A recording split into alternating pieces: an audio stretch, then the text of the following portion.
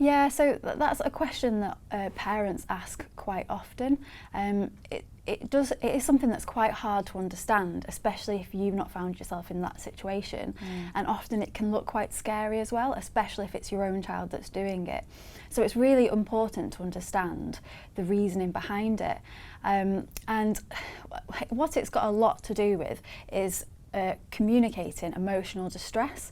So often for children and young people, when they're having feelings that they can't make sense of and they don't understand, they struggle to find ways to express these feelings.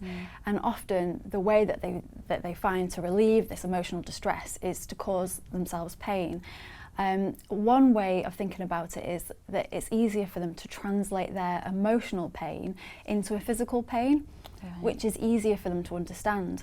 Because we're all used to dealing with physical pain. You know, if when you're little, you fall over, you bump your knee, and someone's there to patch you back up, put a plaster on, make you feel better. And that's something that as a society we're better at understanding.